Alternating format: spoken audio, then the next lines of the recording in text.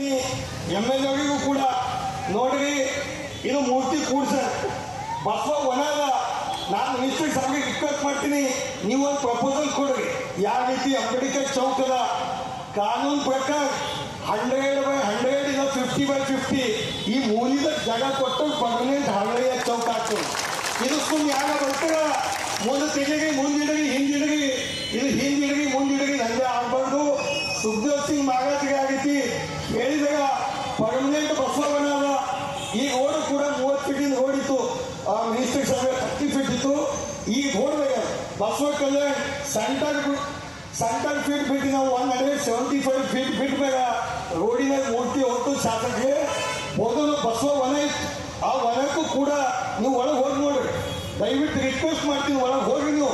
ಒಣ ಇಲ್ಲಿ ನೀವು ಹೇಳೋದಕ್ಕಿಂತ ಒಳಗೆ ಹೋಗಿ ಹೋಗ್ತಿದ್ದು ತಗೊಳ್ತಿ ಅನ್ನೋದು ನಂಬೋದು.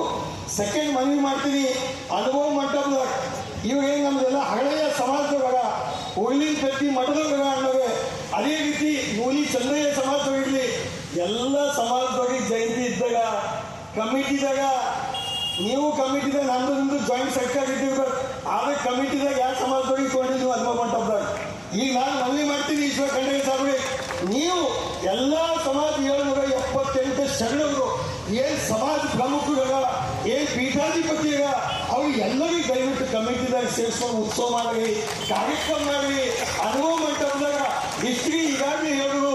ಹಗಳೆಯವರು ಪ್ರಥಮವಾಗಿ ಲಿಂಗ ದೀಕ್ಷಾ ತಗೊಂಡಿದ್ದಕ್ಕೋಸ್ಕರ ಇತಿಹಾಸ ಸೃಷ್ಟಿ ಆಯಿತು ಅಂಬೋದ್ರ ಬಗೆದಾಗ ಹೇಳಿದಾಗ ಕೈ ಜೋಡಿಸಿ ಮನವಿ ಮಾಡ್ತೀವಿ. ಶಾಸಕರಿಗೆ ನೀವು ಕೂಡ ಎಲ್ಲ ಸಮಾಜಗಳಿಗೆ ತಗೊಳ್ಳಿ. ಎಲೆಕ್ಷನ್ ಬಂದಾಗ ಮನೆ ಓಟಲ್ಲ, ನಿಮ್ಮದು ಎಲೆಕ್ಷನ್ ಇರ್ತಲ್ಲ, ಅನ್ನೋದು ಇರ್ತಲ್ಲ, ನಮ್ಮದು ಇರ್ತಲ್ಲ, ಸತ್ಯ ಹೇಳೋದ್ರಿಗೆ ಬೇಕಾಗ್ತಲ್ಲ.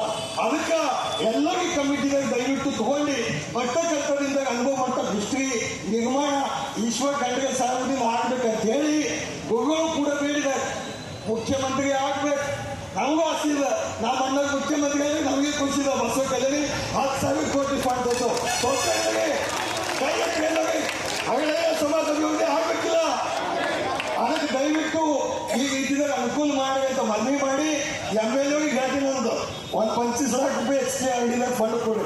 ಅದು ಹೀಗೆ ಹೇಳ್ಬೇಕು, ಸುಮ್ಮನೆ ಮತ್ತೆ ಹೇಳ್ತಾ ಅಂತ ಮಾತಾಡಿದ್ದು ಚಿಕ್ಕಿ ಇದೆ. 25 ಲಕ್ಷ ರೂಪಾಯಿ ಅದಕ್ಕೆ ಫಂಡ್. ಈ ಮೂರ್ತಿ 50/50 ಜನ ಒಳಗೆ ಯಾಕೆ ಕೊಡೋಲ್ಲ? ಗೌರ್ಮೆಂಟ್ ಅನ್ಸಲಕ್ಕದ 50/50 ಜನ ಕೊಡಬೇಕಂತ ಮನವಿ ಮಾಡಿ. ಆವಾಗ ನೀವು ಮನವಿ ಮಾಡ್ಬೇಕು.